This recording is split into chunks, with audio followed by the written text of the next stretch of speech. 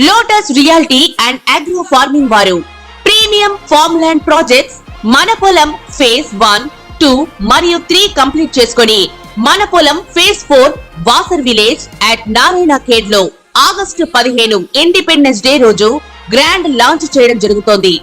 Launching మరియు independence day సందర్భంగా 5 guntas land out rate లో బుక్ చేసుకున్న వారికి 1,50,000 రూపాయల డిస్కౌంట్ తో పాటు 2 గ్రాముల గోల్డ్ ఫ్రీగా ఇస్తున్నారు. పూర్తి వివరాలకు సంప్రదించండి. ఓం మహాగణాధిపతయే నమః. ఓం గురుభ్యో నమః. ఓం శ్రీమాత్రే నమః. పరమేశ్వర స్వరూపమైనటువంటి జ్యోతిష, వాస్తు మరియు ఇతర అనేకమైనటువంటి శాస్త్రములను మనకు అందించినటువంటి మహర్షులకి నమస్కారం. హయగ్రీవ హయగ్రీవ హయగ్రీవేతియో వధేత్తస్య నిస్సరతే వాణి జన్హుకన్యా ప్రవాహవత్. అరుణాం కరుణాతరంగితాక్షీం ధృతపాశాంకుశ పుష్పబాణ చాపాం అనిమాదిభిరావృతాం మయూకైః అహమిత్యేవ విభావయే భవానీం. శ్రీమాత్రే నమః.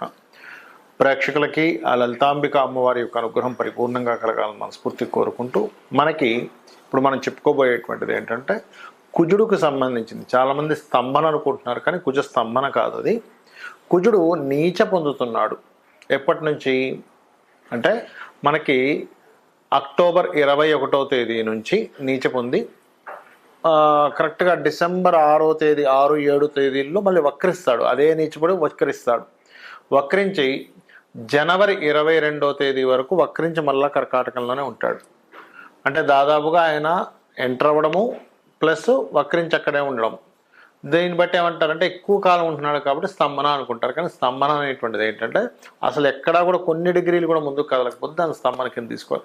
స్లో మూమెంట్ ఉంది కాబట్టి కొంతమంది స్తంభన అంటారు. బట్ అక్కడ ఇచ్చే ఫలితం చూడాలి. స్తంభించినా, వక్రించినా, నీచబడ్డా, అంటే ఒకవైపు నీచబడి ఉన్నాడు, వక్రించున్నాడు.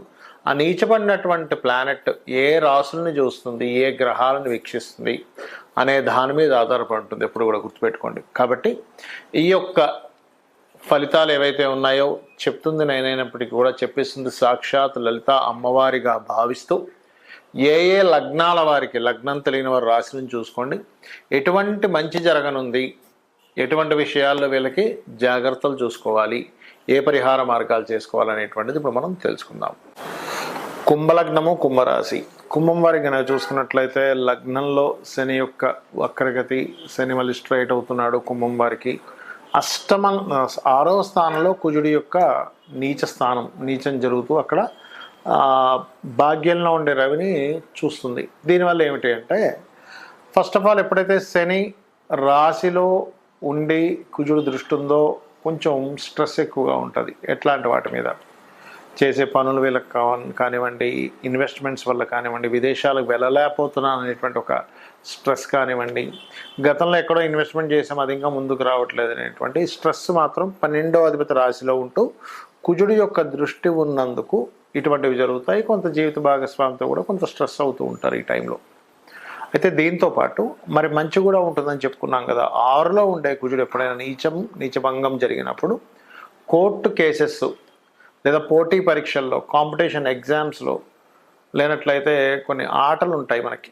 అంటే చూడండి, స్పోర్ట్స్ రంగాల్లో ఉండేటువంటి వారికి చాలా బాగా కలిసి వస్తుంది. నీచబడ్డ కుజుడు నీచబడ్డ రవిని చూస్తున్నందుకు పర్టికులర్గా 16 అక్టోబర్ నుంచి నీచబడుతున్నాడు రవి.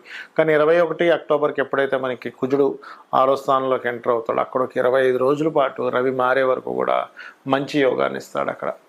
అంటే మీరు ఏదైతే స్పోర్ట్స్, గవర్నమెంట్ అండ్ అదేవిధంగా డిఫెన్స్ రిలేటెడ్ వాటిలో జాబ్ సంపాదిద్దాం అనుకునేటువంటి వారికి వీటన్నిటికీ మంచి యోగాన్ని ఇస్తాడు.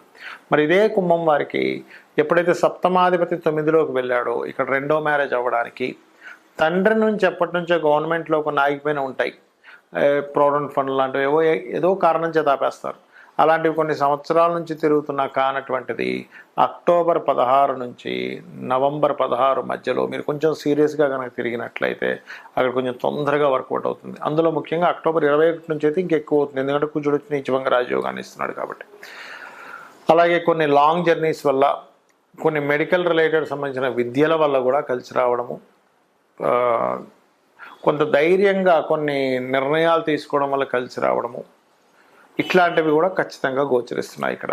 అలాగే ఇక్కడ మరొక విషయం ఏంటంటే ఈ సహజంగా ఫస్ట్ మ్యారేజ్ సంబంధించిన విషయాల్లో కానీ సెకండ్ మ్యారేజ్ విషయాల్లో కానీ ఇక్కడ రవి ఎప్పుడైతే నీచభంగ రాజయోగం జరుగుతుందో ఇక్కడ వచ్చేటువంటి వ్యక్తులు కూడా డిఫెన్స్ రంగాల్లోని, మెడికల్ రంగాల్లోని, ఆరోగ్యానికి సంబంధించిన ఎనీ రంగం, సెక్యూరిటీస్ రిలేటెడ్ సంబంధించిన ఎనీ రంగం, అంటే ఇప్పుడు మిలిటరీ అంటే సరిహద్దులోనే ఉండాల్సిన అవసరం లేదు. ఒక్కోసారి సాఫ్ట్వేర్ రంగాల్లో ఉన్నారనుకోండి, వాళ్ళు సెక్యూరిటీ సర్వీసెస్లో ఉంటారు వాళ్ళు. కాబట్టి అట్లాంటి వింగ్స్లో ఉండేటువంటి వాళ్ళతో మీకు వివాహం కుదరడం, అది స్త్రీ కావచ్చు పురుషుడు కావచ్చు, ఇటువంటి చూపిస్తుంది ఎక్కువగా. అలాగే మీరు చేయవలసిన దేవతా ఆరాధన ఏమిటి అని చెప్పి చూసుకున్నట్లయితే శని, కుజ, రవి, కేతు గ్రహాల దగ్గర దీపారాధన చేయండి. అదేవిధంగా నాగప్రతిష్ఠ చేసిన దగ్గర ప్రదక్షిణం చేసుకోండి. మరియు వీటితో పాటు గోవులకి బెల్లము, గోధుమ రవ్వ, గ్రాసము మరియు అదేవిధంగా చూసుకున్నట్లయితే కందులు అంటారు, అంటే కందుల ప్లేస్లో దానం అయితే కందులు ఇస్తారు, క్యారెట్స్ తినిపించండి. అన్ని విధాలా మీకు బాగుంటుంది. మరియు ఈ గోచారం అనేటువంటి దేశ ప్రపంచ వ్యాప్తంగా కూడా ఎటువంటి ఫలితాలు ఇస్తాయో కూడా తెలుసుకుందాం.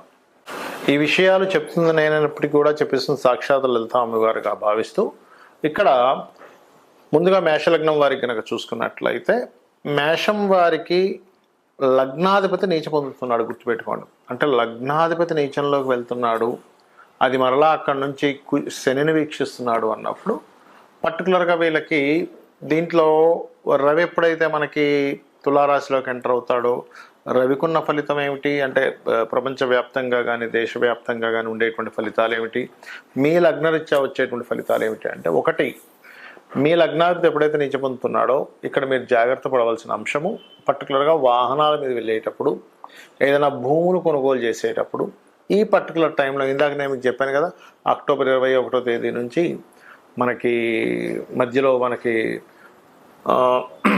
డిసెంబర్ 6వ తేదీ వరకు ఆయన అక్కడ ఉండి వక్రిస్తాడు. దాని తర్వాత అని అనుకున్నాం డిసెంబర్ 6 నుంచి, అండ్ జనవరి 22 వరకు అక్కడే ఉండి మళ్ళీ వెనక్కి వెళ్ళిపోతాడు, మిథునంలోకి వెళ్ళిపోతాడు. సో ఈ టైం అంతా కూడా, కాకపోతే ఏంటంటే ఈ యొక్క సంవత్సరం కుజుడి యొక్క సంవత్సరం, క్రోధినామ సంవత్సరం, మంగళుడితో స్టార్ట్ అయింది కాబట్టి ఆయన నీచ పొందినప్పుడు మరింత జాగ్రత్తగా ఉండాలి.